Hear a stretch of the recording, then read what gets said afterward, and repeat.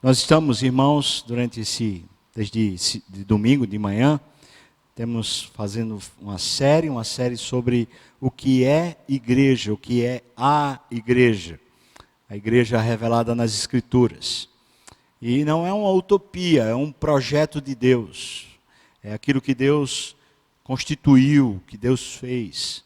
E conquanto muitas vezes a gente, ser humano, atrapalha, mas o fato é que o que Deus fez continua sendo lindo e continua sendo perfeito. Por isso, é bom que a gente se atenha àquilo que as Escrituras falam, mais do que propriamente as nossas próprias adversidades e situações com as quais a gente lidou ao longo da vida.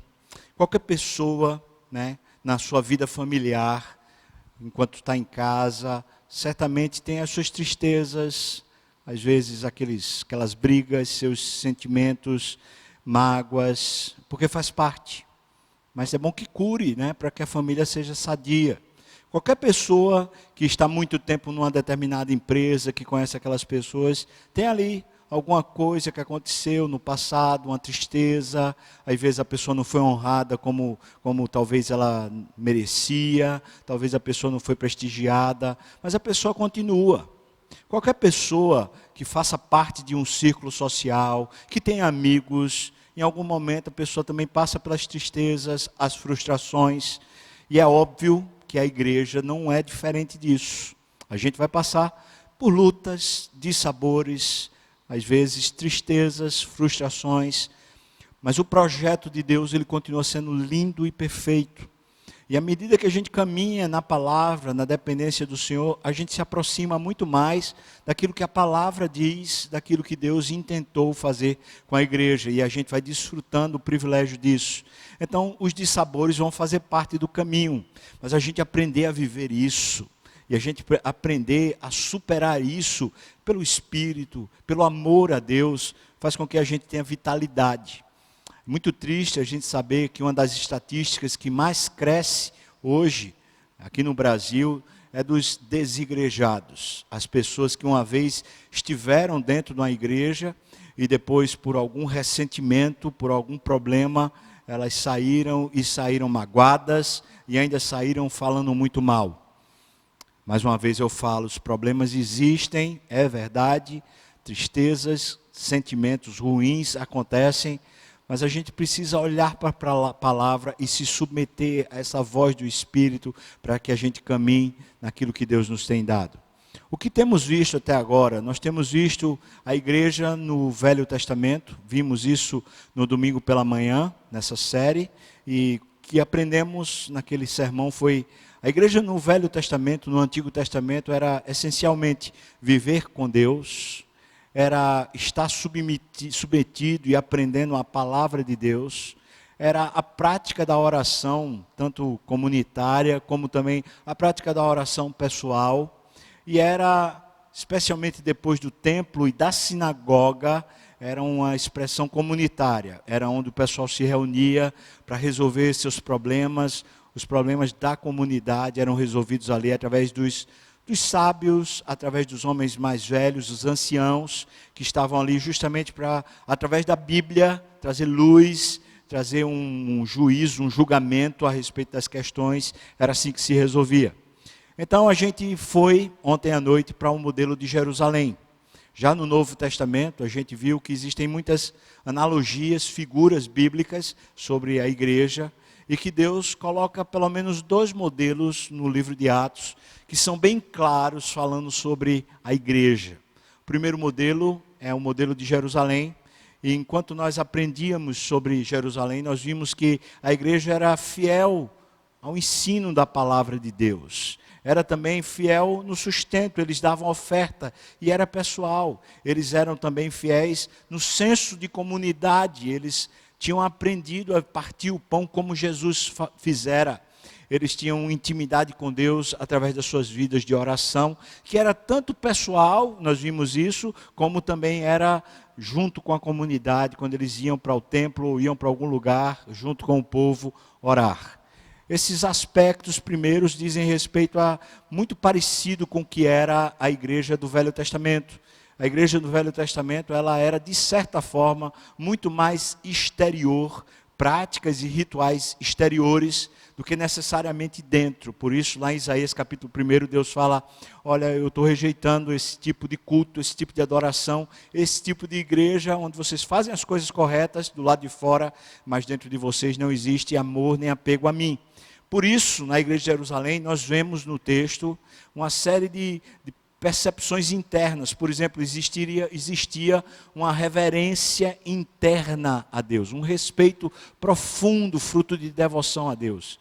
Havia também suporte a todos os que precisavam, os que precisam da comunidade. Ou seja, se eu visse meu irmão precisando, era minha função, meu papel. Isso era uma coisa interna, não era nenhuma obrigação, nem imposição, nem era para ninguém ver.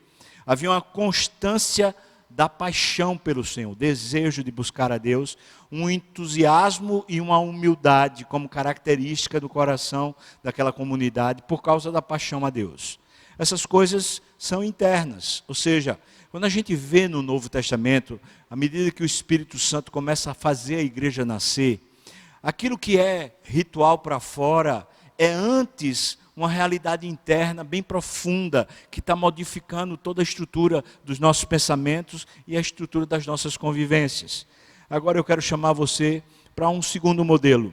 A gente ir para o modelo da igreja de Antioquia, e você pode abrir sua Bíblia aí no livro de Atos, no capítulo 11, onde a gente vai tentar aprender com a Bíblia. Que modelo é esse? Acho que tem uma série de percepções que ajudam a gente a entender o que é a igreja nas Escrituras. Se você quiser, você segue o que vai sendo apresentado aí na tela. Eu coloquei o texto e coloquei alguns pontos que a gente precisa perceber bastante. Por exemplo, Atos 11, a partir do versículo 19 até o versículo 30, o que a gente encontra são algumas vezes a palavra Senhor Jesus, Senhor Jesus, Senhor Jesus. Eu grifei algumas dessas aparições dessa expressão Senhor Jesus e percebi que existe pelo menos 6 vezes essa expressão Senhor. Ou seja, a igreja está caracterizada pelo envolvimento com um senhorio. O interessante nisso é que a palavra que é usada no grego era a mesma palavra que era usada para César. Ou seja, para o grande império romano, para o grande senhor do império romano, a quem todos estavam sujeitos, subordinados, e caso alguém não prestasse reverência, estava sujeito mesmo a ser morto. Sendo assim, os cristãos que vão se convertendo, à medida que vão crendo em Cristo Jesus, eles vão se submetendo a um novo império, ao governo de Cristo, a essa soberania de Deus revelada na pessoa augusta e bendita de Jesus Cristo. Isso caracteriza a igreja. A igreja é um grupo de pessoas que não tem mais as suas vidas preciosas, a vida preciosa para si mesmo, mas a vida agora serve a um senhorio, ao Senhor Jesus. Vamos lá, Atos, capítulo 11, nós vamos lendo as partes e vamos tentando aprender o que é que significa isso. Veja, versículo 19 até o 21 diz assim: Então, os que foram dispersos por causa da tribulação que sobreveio a Estevão, se espalharam até a Fenícia, Chipre e Antioquia, não anunciando a ninguém a palavra, senão somente aos judeus. Alguns deles, porém, que eram de Chipre, de Cirene, e que foram até Antioquia, esses falavam também aos gregos, anunciando-lhes o evangelho do Senhor Jesus. A mão do Senhor estava com eles, e muitos, crendo, se converteram ao Senhor. Muito rico essa introdução, falando como é que a igreja vai começar, como é que ela vai acontecer lá em Antioquia. Primeira coisa que salta aos olhos, está aqui no versículo 19, é que a igreja vai nascer por causa de uma dispersão causada pela tribulação. Ou seja, aquela igreja lá de Jerusalém começa a sofrer uma perseguição atroz, e as pessoas saem de casa fugidas, porque elas têm que deixar até a roupa que elas têm em casa, fugindo assim no desespero. E elas, claro, elas saem de casa e vão buscar algum parente que esteja em outra região, que esteja em outro lugar, outra cidade. e eles então começam a se dispersar. Essa é uma dispersão causada por perseguição ou por tribulação. Essa tribulação que tinha vindo a Estevão. Então a igreja, aquela igreja de Jerusalém, fiel ao Senhor, que crescia o número dos convertidos, e mesmo depois da dispersão, continuava crescendo o número dos convertidos, ela agora se encontra numa situação bem difícil. É uma situação que nenhum de nós gostaria de viver, mas que algumas igrejas continuam vivendo no planeta Terra, sendo perseguidos. Eles não podem apresentar o seu culto ao Senhor. Nesse caso, a perseguição vinha do judaísmo, ainda não tanto de Roma. Depois, as duas forças vão se juntar contra a igreja e vai haver uma perseguição tanto do judaísmo como também romana contra a igreja. Então eles saem, eles fogem. E o texto diz que eles se espalham até a Fenícia, Chipre e Antioquia. E eles não falam a palavra para qualquer um. Aqui diz que eles anunciavam a palavra aos judeus. Isso é óbvio. O costume que eles tinham, você vai lembrar disso, né? A igreja que nasceu no meio dos judeus. E o costume que o judeu tinha, ainda na antiga aliança, era de não se reportar a um gentio. Era até uma imundície você se reportar a um gentio. Um gentio podia até ser seu escravo, mas o gentio não era seu amigo. Você não levava boas novas, boas notícias, ou partilhava a sua vida com o gentio. Ou seja, você não chamava o gentio para sentar na sua mesa, para participar da estrutura familiar. Então, aqueles judeus cristãos que agora se dispersam, eles vão para a casa dos seus parentes e eles começam a falar com os judeus dessas regiões. Aqui está dizendo, a Fenícia, Chipre e Antioquia. Versículo 20 diz, alguns deles, porém, que eram os de Chipre e de Cirene. Aqui vale uma ressalva. Ou seja, os que estavam em Chipre e Cirene, na verdade, eles não fazem parte da dispersão. São cristãos judeus que já estavam lá, que eles tinham sido fruto de um manejo que Antíoco I, ou seja, um imperador grego, tinha feito um manejo dos povos, então tinha pego vários judeus de Jerusalém e de outros lugares, e tinha levado justamente para essa região de Chipre, e especialmente Cirene. Então existiam muitos judeus nessa região. A cidade de Antioquia era a terceira maior cidade do Império Romano naquela época. A primeira era Roma, a segunda Alexandria, a terceira Antioquia. Então, no entorno de Antioquia existia muitos judeus que tinham sido dispersos, espalhados desde Antíoco, que era ainda um imperador grego. Sendo assim, quando os dispersos de Jerusalém chegaram nos judeus de Chipre e Cirene, os que começaram a crer que moravam naquele lugar, eles não tinham aquele velho costume dos judeus de não se reportar aos gentios. Por que isso? Porque os judeus que não se reportavam aos gentios eram normalmente aqueles que estavam lá em Jerusalém. Os que estavam mais distantes de Jerusalém, eles não tinham esse hábito tão forte. O que é que acontece? Eles começam a falar também para os gentios, anunciando aos gregos, aqui a expressão, né, que ele usa é aos gregos, que são gentios, anunciando-lhes o evangelho, veja só, do Senhor Jesus. Ou seja, não era simplesmente um conceito de salvação para que você se sinta bem. Era um conceito de salvação para que você estivesse debaixo de um novo governo. É isso que começa a ser anunciado para aqueles que começam a se converter. Diz o versículo 21, a mão do Senhor estava com eles, ou seja, Deus era quem conduzia eles com a sua mão poderosa, e muitos que começaram a crer se converteram. E aí a expressão é linda, porque se converteram ao senhorio de Deus. Ou seja, eles não se convertem a um conceito de que Deus existe, de que Deus é Senhor, mas eles se convertem de coração ao comando de Deus. Isso é muito prático. Isso não é tão filosófico. Ou seja, não é só saber, mas agora existe uma submissão, uma entrega ao governo de Deus. Por isso a gente poderia dizer que logo nesse começo, antes mesmo da igreja se tornar igreja, o que a gente encontra é palavra e evangelização. E isso tudo sujeito ao senhorio de Deus, ao senhorio de Jesus.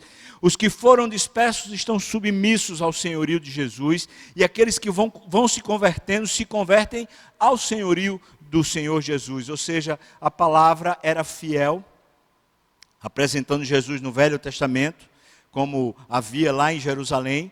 E à medida que as pessoas entendiam que Jesus era o Deus que se fez carne e que as substituiu lá na cruz, morrendo a morte deles, o sacrifício de Jesus era como o Cordeiro de Deus que tira o pecado do mundo. À medida que as pessoas criam nisso, elas pensavam assim: ele morreu pelo meu pecado. Agora eu não tenho mais uma vida que seja minha, porque ele pegou a minha velha vida e matou ela na cruz. Agora eu vivo a vida dele. Agora ele pode me comandar e mandar na minha vida do jeito que quiser. Eu quero já fazer uma aplicação aqui. Veja, irmãos, aqueles cristãos, aqueles crentes, aquelas pessoas de Jerusalém, elas estão passando por um momento de muita tribulação. E ninguém vai ser ingênuo de pensar que eles estão saindo e rindo. Enquanto eles estão saindo, eles estão chorando, eles estão pranteando, eles estão vivendo angústia, tristeza, incerteza. Alguns perderam seus parentes no meio da perseguição. Por exemplo, Estevão foi morto. E não foi só Estevão que foi morto, muitos outros foram mortos. E essas mortes causavam muita tristeza. Então a gente está num ambiente de conturbação. Entretanto, essas pessoas que estavam crendo, ou seja, a igreja do Senhor, ela vive a tribulação, conquanto ela chore, ela sofra, mas ela vive a tribulação debaixo de um comando, de um governo. É Deus quem comanda, é Deus quem determina, e por causa disso, eles vivem um testemunho da fé, eles vivem proclamando Jesus, mesmo passando as tristezas. Isso é facilmente aplicável ao que a gente vive hoje. Não estamos debaixo de perseguição, nós estamos debaixo de uma provação, de uma tribulação. Esse coronavírus nos trouxe isso. Mas a gente não pode sucumbir à tristeza, que é natural que exista.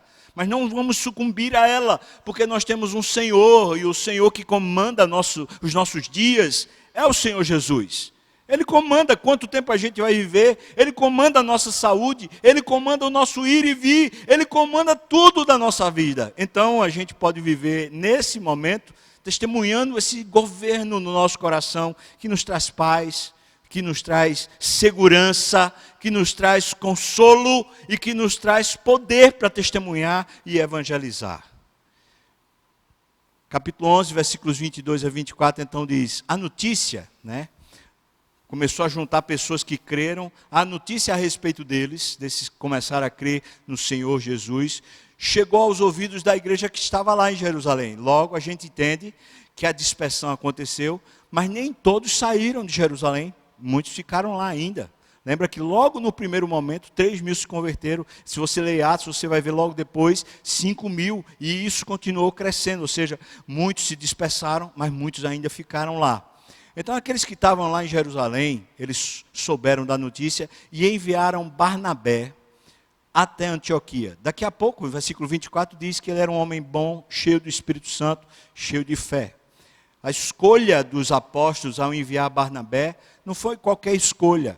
Era um homem que tinha a essência do pastoreio, e por isso ele foi levado lá para verificar o que é que está acontecendo. Versículo 23 diz, tendo o Barnabé chegado, a primeira coisa que ele viu, vendo a graça de Deus, alegrou-se.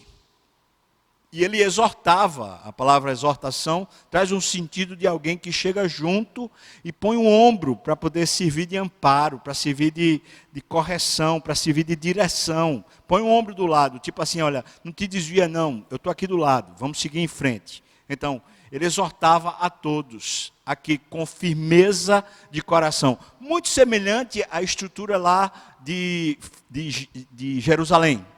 Ou seja, aquela estrutura interna do coração, aquela paixão por Deus. Aqui com firmeza de coração eles permanecessem, veja o verbo permanecer, que é o verbo que a gente vai encontrar na estrutura de Jerusalém. Ou seja, eles permanecessem no Senhor. Nesse senhorio, nesse governo. Porque essa talvez seja a grande tentação. É a gente, no começo, a gente diz, Senhor, Tu és o dono da minha vida. Mas depois que a gente começa a caminhar com Jesus, às vezes a gente quer se tornar Senhor de novo na nossa própria vida, em vez de deixá-lo permanecer Senhor da nossa vida.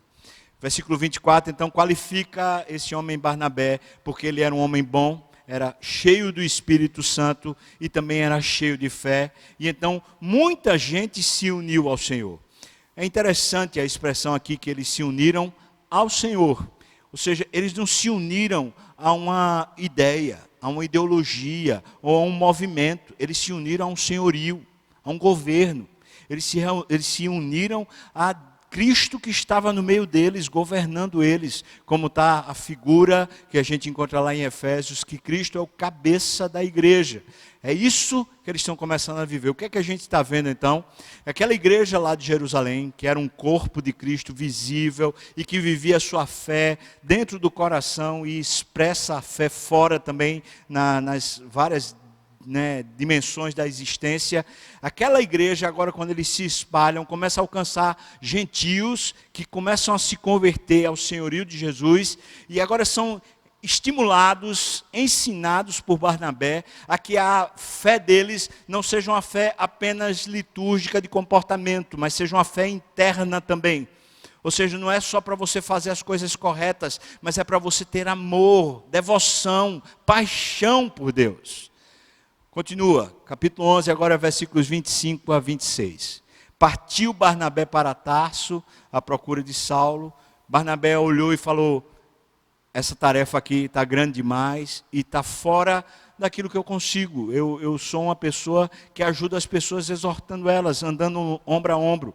Mas eu estou precisando de alguém que comece a ensinar a essa multidão de pessoas que está começando a se converter. Partiu Barnabé para Tarso à procura de Saulo. Saulo é aquele que perseguia a igreja, mas que tinha se convertido. No capítulo 9 de Atos, a gente vê a conversão dele. Então, versículo 26.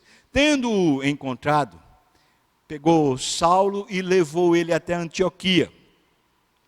Diz o texto assim: e por todo um ano, veja que coisa linda, eles se reuniram naquela igreja, e eles ensinaram numerosa multidão. Não pensa assim que cada dia era uma multidão diferente. Não é isso que o texto está insinuando para nós. O que está dizendo é que durante o espaço de um ano, todos os dias eles se reuniam.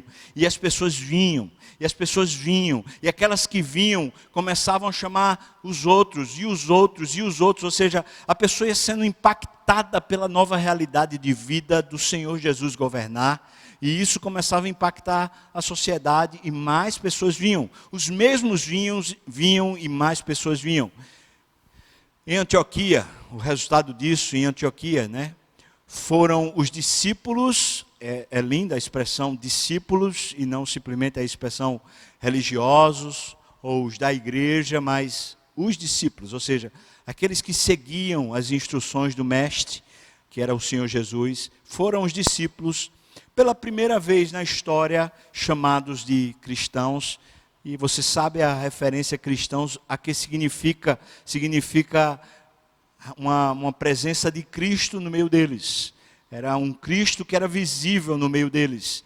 É essa expressão cristãos. Então a gente vê como marca. O que é a marca dessa igreja que está nascendo e já nasce debaixo do senhorio de Jesus? Era palavra, era ensino, era discipulado. Que a gente poderia resumir isso tudo na mesma coisa. Ou seja, havia fidelidade à palavra. As pessoas realmente estavam interessadas na palavra de Deus. Quem se convertia queria conhecer a palavra de Deus. Não era só para se sentir bem. Era para conhecer Jesus e conhecer a Deus. Isso é igreja, é quando o movimento que acontece, quando as pessoas estão ávidas, é por buscar a Deus e conhecer a Deus, não por ter programas, não por ter atividades, não por fazer coisas, mas para conhecer a Deus. E é óbvio que isso vai, à medida que isso vai inundando a igreja realiza obras. Mas a essência primeira, aquilo que realmente enche a vida da igreja, é essa vontade de conhecer Jesus e de conhecer o Senhor Deus. É por causa disso que eles são chamados de cristãos. É porque Cristo é valioso para eles. É que a palavra de Cristo, a palavra de Deus para eles é valiosa. Eles não tratam como se fosse simplesmente uma coisa a mais. Era o centro da vida deles à medida que eles se convertem ao senhorio de Jesus. Então o texto diz para nós, que versículos 27 a 30, diz para nós, naqueles dias... Veja que a circunstância está mudando um pouquinho o cenário. Diz, naqueles dias, desceram alguns profetas de Jerusalém para Antioquia. Apresentando-se um deles chamado Ágabo, Veja que ele está falando pelo poder do Espírito. Ele dava a entender pelo Espírito Santo que estava para vir grande fome, olha a expressão, grande fome por todo o mundo. Não estava dizendo, vai haver grande fome em Jerusalém. Está dizendo, vai chegar fome e parece que o negócio vai pegar todo mundo. É como essa peste que está assolando. É sobre o mundo todo. Não era só sobre Jerusalém. A qual sobreveio, de fato, nos dias de Cláudio, o imperador. Versículo 29. Os discípulos, de novo a referência àqueles que seguem o mestre, estão interessados no conteúdo de Jesus, no que Jesus de fato fala e ensina, na pessoa dele. Os discípulos, cada um conforme as suas posses, resolveram enviar socorro aos irmãos que moravam na Judéia. E uma pergunta parece ser retórica, mas é boa para reflexão, ora, a fome não seria sobre todos? Então por que eles estão agora se preocupando com os que estão lá em Jerusalém? Eles não deveriam preocupar-se apenas consigo mesmo, com seus próprios proventos e as suas próprias carências e as suas próprias necessidades? É que, irmãos, a essência do cristianismo, a essência de ser igreja, é que você vive para Deus. E que tudo que você tem pode ser usado por Deus para benefício de todos e não apenas para o seu próprio benefício. Então, quando eles viram a sentença que vinha pela profecia de Ágabo, eles pensaram, meu Deus, e os nossos irmãos lá de Jerusalém, a gente vai ajudá-los. Eles já sabiam que lá em Jerusalém, à medida que alguém tinha necessidade, eles tentavam suprir e abençoar uns aos outros. Então eles pensaram, a gente vai fazer a mesma coisa, a gente vai ajudá-los e fortalecer os nossos irmãos que estão lá, porque eles estão debaixo de perseguição. Perseguição essa que ainda não chegou a nós, mas certamente já chegou a eles, então a gente vai abençoá-los. Diz aqui o versículo 30, o que eles com efeito fizeram? Eles levantaram oferta. E enviando-os aos presbíteros, guarde isso. Veja, a oferta que foi levantada, ela não foi com um destino assim meio que incerto, foi a liderança da igreja, enviando a oferta aos presbíteros, por intermédio, ou seja, as pessoas que foram levar a oferta eram as pessoas de confiança, era Barnabé e Saulo, que eram os dois líderes que estavam ensinando a palavra de Deus na igreja. Veja, Barnabé e Saulo não foram alvos da oferta. Barnabé e Saulo estão apenas levando a oferta para abençoar o povo de Jerusalém. Mas chegando lá em Jerusalém, Barnabé e Saulo não vão entregar, você está precisando, tome aqui, você está precisando, tome aqui. Não, eles vão entregar aos presbíteros. Depois a gente descobre lá em Atos 6, que lá em Jerusalém eles já têm os diáconos. E os diáconos é que vão fazer essa repartição segundo cada pessoa da comunidade da igreja, segundo cada um daqueles crentes, tivesse necessidade. Ou seja, eram os diáconos que saberiam realmente quem estava precisando. E essa oferta tinha destino para aqueles que estavam precisando, de verdade. Então a gente encontra no capítulo 11, versículos 27 a 30, o princípio do auxílio, do socorro, da oferta, quando a gente sabe que existe uma necessidade, quando a gente sabe que existe uma demanda que está acontecendo, como é o caso agora, uma oferta. Vou ajudar a quem de fato está precisando, aqueles que realmente estão necessitados de socorro. Não só as pessoas que estão, reclamando, mas aquelas que estão precisando. Outro princípio que a gente encontra aqui é uma liderança espiritual. Havia liderança espiritual em Antioquia. E também havia liderança espiritual em Jerusalém. A gente está falando de um começo de igreja. A igreja está nascente, irmãos. A de Antioquia é recém-nascida. E, no entanto, já tem liderança. Ou seja, já tem gente que é responsável pelo ensino, responsável pela doutrina, responsável pelos recursos, para que não ficasse na mão de A ou B, ou mesmo não houvesse um oportunista, um pastor oportunista, ou talvez um líder que fosse muito carismático e tivesse simplesmente querendo se beneficiar com os recursos da comunidade.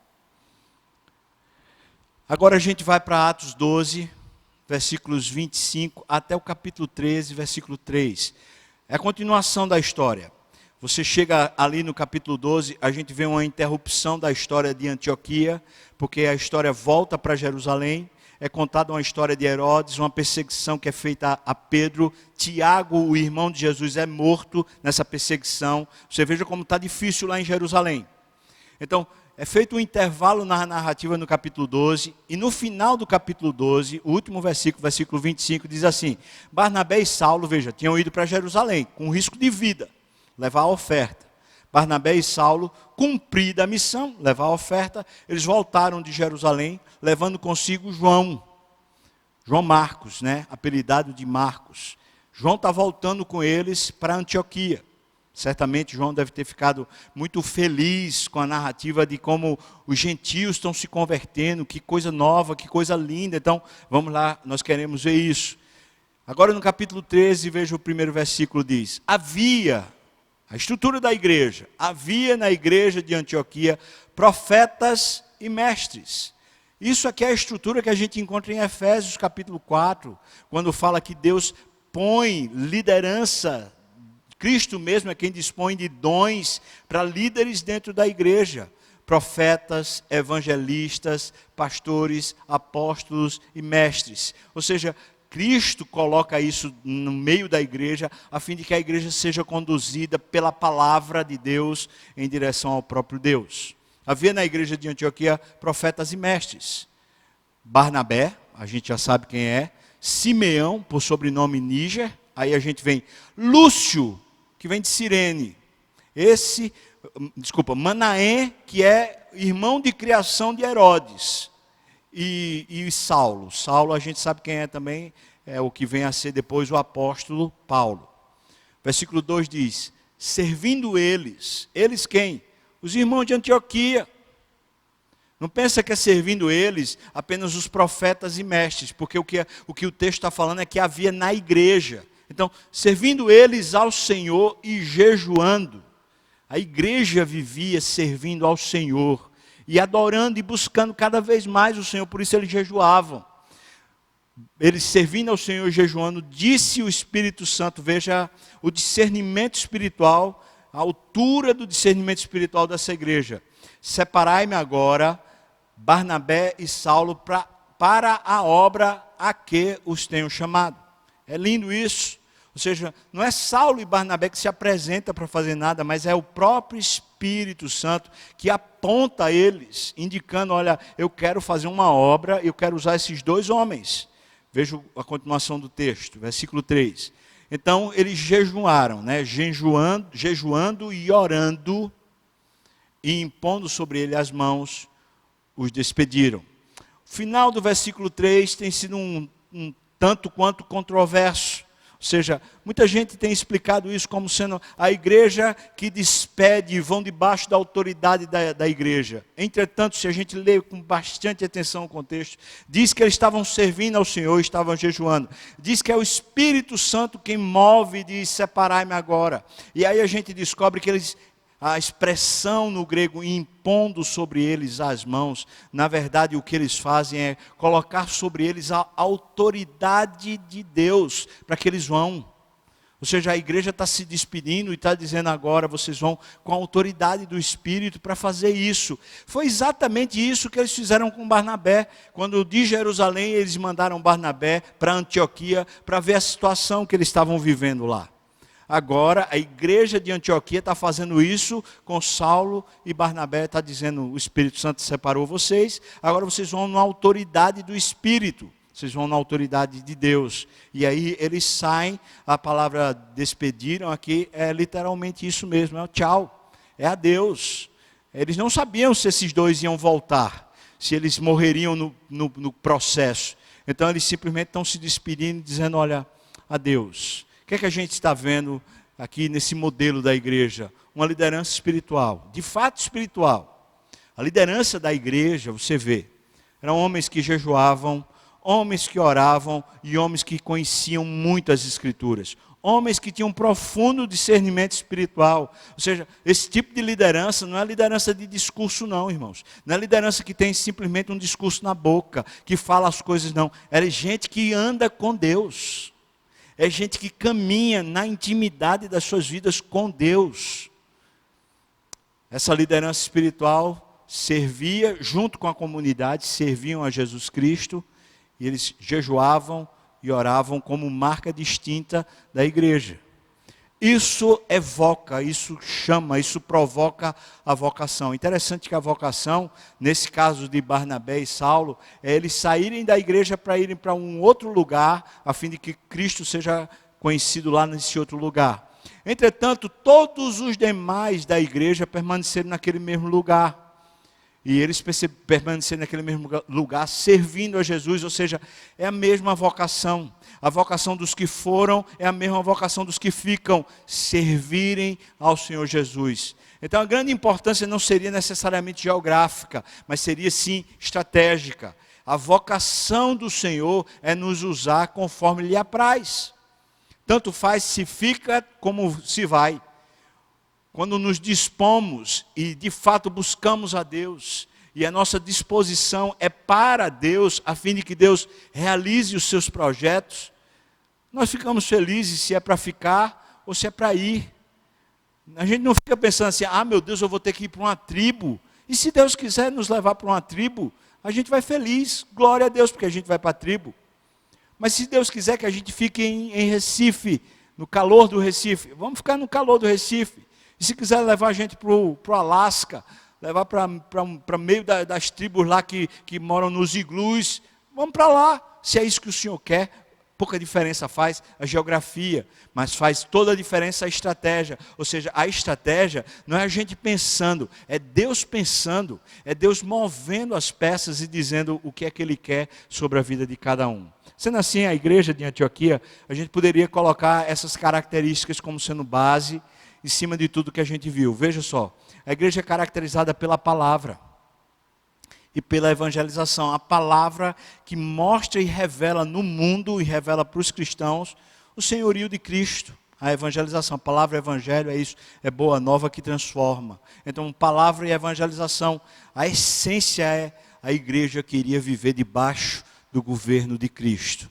Quando fala igreja, não pensa que era apenas a liderança, os membros, as pessoas que estavam participando dos ministérios, as pessoas que estavam assistindo o discipulado, participando das aulas de Paulo, as pessoas que estavam na convivência, um auxiliando o outro, as pessoas que estavam dando ofertas, todas queriam um senhorio de Jesus nas suas vidas. Segunda coisa, o texto diz que havia graça de Deus, ou seja, ninguém estava fazendo para aparecer. E ninguém achava que era insubstituível, ou que era, é o meu ministério, é por isso que está dando certo, é porque eu estou fazendo, é por isso que o negócio está indo bem. Era a graça de Deus, ou seja, era Deus quem estava derramando unção, poder, capacitação. As coisas estavam acontecendo porque Deus era favorável, e não porque as pessoas tinham grande competência, as pessoas eram boas no que faziam, as pessoas tinham especialização e capacitação, mas eles tinham sim unção. Uma graça tinha sido derramada sobre eles, graça de Deus, e o texto diz perseverança, ou seja, a instrução que Barnabé veio trazer para eles é perseverem, permaneçam buscando a Cristo, permaneçam buscando o senhorio de Cristo. Ora, quando você junta essa unção de Deus com pessoas que estão querendo realmente estarem apaixonadas por Cristo, perseverarem na paixão por Cristo, o que é que a gente vê? Crescimento espiritual. Aqui a palavra crescimento você não confunda. A gente não está falando de números não. Conquanto isso pode acontecer, mas é sobretudo maturidade espiritual. As pessoas começam a crescer, elas descobrem que a vida é uma vida plena, uma vida abundante, é a vida de Cristo nelas. Porque elas agora estão descobrindo Jesus. Veja de novo, característica dessa igreja, palavra, ensino, discipulado. E quando as pessoas começam a amadurecer por meio da palavra, dessa convivência abençoadora com o senhorio de Cristo, quando a palavra começa a se tornar para nós alguma coisa mais clara na nossa vida diária, eles são chamados pelos de fora, cristãos.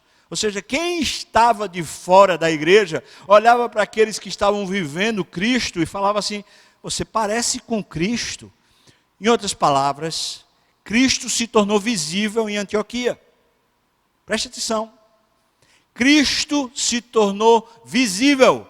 As pessoas de fora da igreja começaram a olhar e falar, eu estou vendo Jesus aqui, no meio. Por quê? Porque as pessoas estavam crescendo no senhorio de Jesus.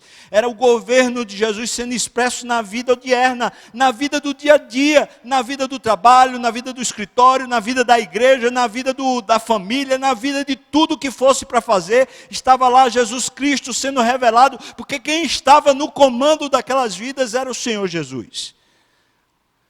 Aí numa marca eles estavam prontos para ofertar. Eles estavam prontos para socorrer, eles estavam prontos para ajudar quem tivesse necessidade. Então era auxílio, essa mutualidade, essa mútua responsabilidade para que as pessoas estejam de alguma maneira supridas. No mínimo essencial, pelo menos, elas estejam supridas. Então, auxílio, e estavam sujeitos a uma liderança espiritual. Quando falo isso, não era sujeito ao carisma de alguém, ou à autoridade, o autoritarismo de algum líder, mas eles estavam debaixo da liderança que estava submissa a Cristo. Então eles estavam debaixo dos profetas, eles estavam debaixo dos apóstolos, tanto Barnabé como Saulo depois, eles estavam debaixo desses mestres que ensinavam as escrituras, eles estavam debaixo dessa liderança. O que é o resultado de uma igreja que está pronta para a mutualidade e também está submissa à liderança espiritual do Espírito por meio dos líderes que sejam de fato espirituais? Diaconia.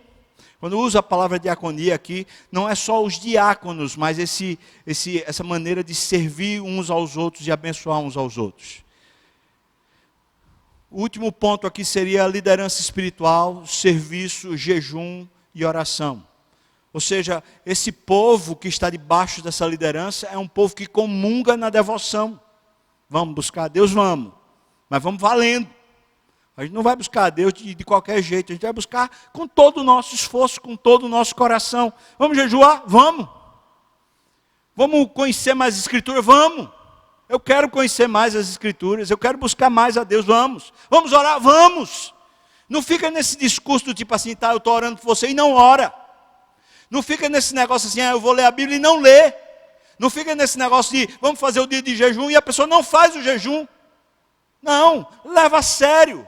Não é que o jejum, ou a oração, ou a leitura tenha poder em si mesmo, não tem. Mas quando um coração está ávido por Jesus e ávido pelo senhorio de Jesus, tudo que se propõe a aperfeiçoar isso, a crescer isso, a pessoa diz, eu quero.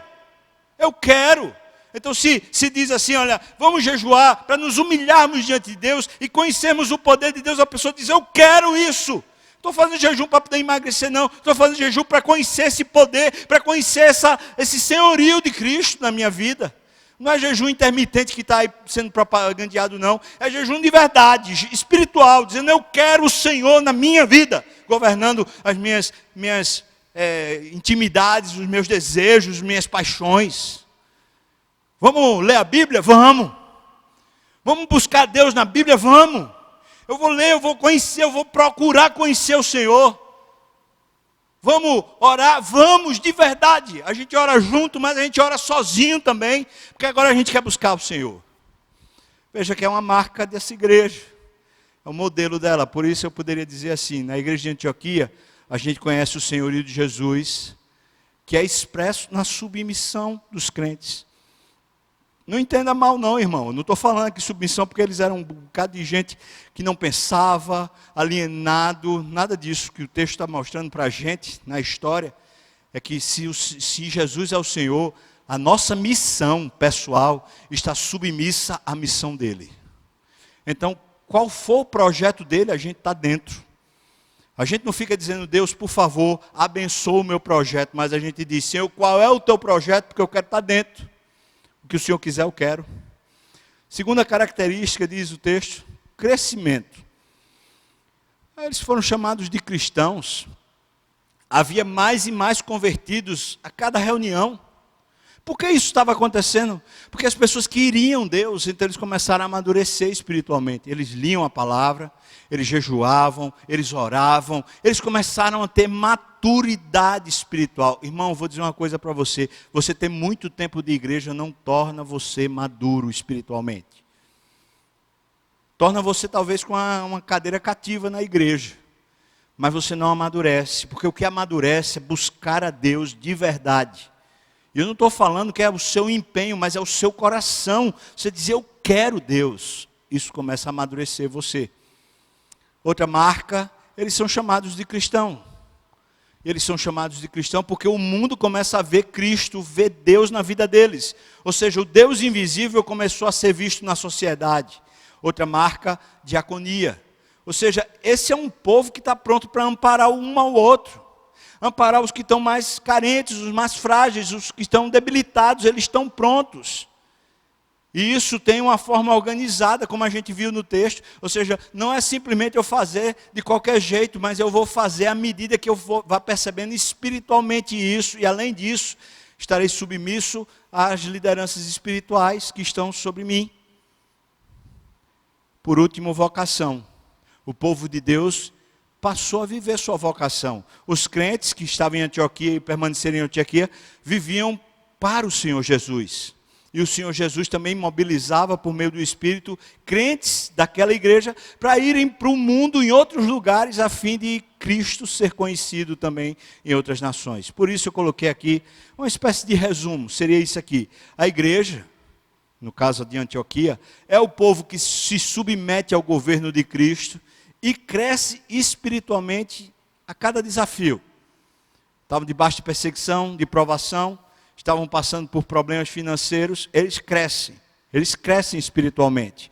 Assim, à medida que eles crescem espiritualmente, Deus passa a ser visto na terra, através, primeiro, da mutualidade. Eles são generosos uns com os outros, eles ajudam os outros, não só a crescer espiritualmente, mas tem uma necessidade, vamos ajudar, vamos suportar, vamos fortalecer, através da mutualidade e do serviço. Ou seja, eu sirvo no hospital, eu sirvo numa repartição pública, eu sirvo num escritório, eu sirvo num gabinete pastoral, eu sirvo num púlpito, eu sirvo no Congresso Nacional, eu sirvo onde você serve, ali você serve a Cristo.